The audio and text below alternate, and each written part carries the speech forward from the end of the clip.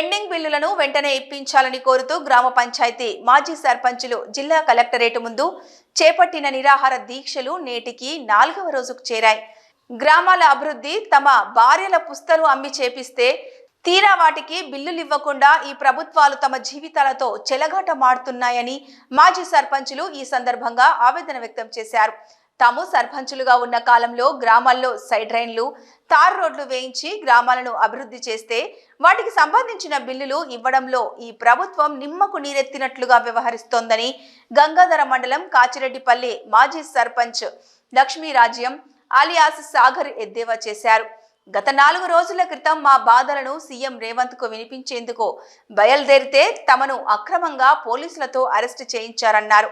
తాము అధికారంలోకి వచ్చిన వెంటనే సర్పంచులు పెండింగ్ బిల్లులను చెల్లిస్తామని హామీ ఇచ్చిన సీఎం సంవత్సరం గడుస్తున్నా దాని మాట ఎత్తడం లేదన్నారు. ఇప్పటికైనా ఈ ప్రభుత్వం స్పందించి పెండింగ్ లో ఉన్న గ్రామ పంచాయతీ బిల్లులను వెంటనే చెల్లించి తమను ఆదుకోవాలని మాజీ సర్పంచులు కోరారు.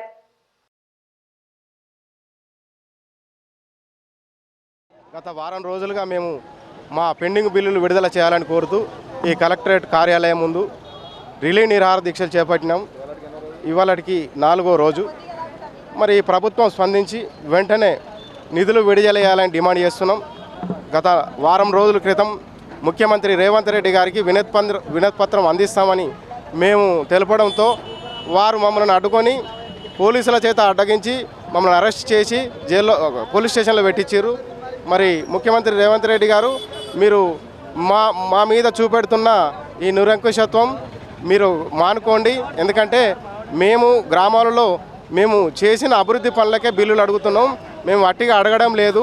మేము గ్రామాలలో పనులు చేసి వాటిని రికార్డు చేసుకొని మేము ఎంపీలు మా దగ్గర పెట్టుకొని మిమ్మలను నిధులు విడుదల చేయమని అడుగుతున్నాం.